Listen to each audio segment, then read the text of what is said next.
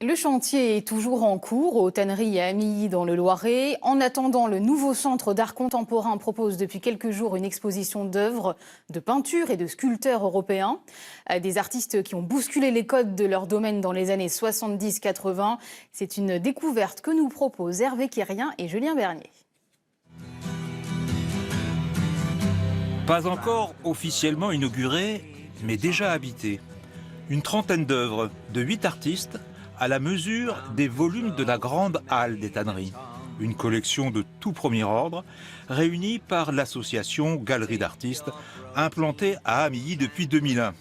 Cette exposition, c'est un peu une rétrospective des peintres et des sculpteurs qui ont marqué la vie de la gare. Les artistes ont été regroupés parce qu'ils participent chacun à une révolution au sein de l'histoire de l'art.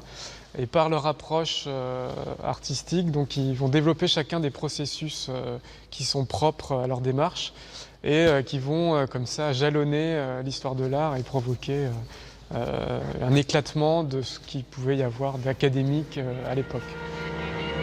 On est alors dans les années 70 et les Viala, Dilvorz et autres bonne foi montrent la voie aux nouvelles générations d'artistes.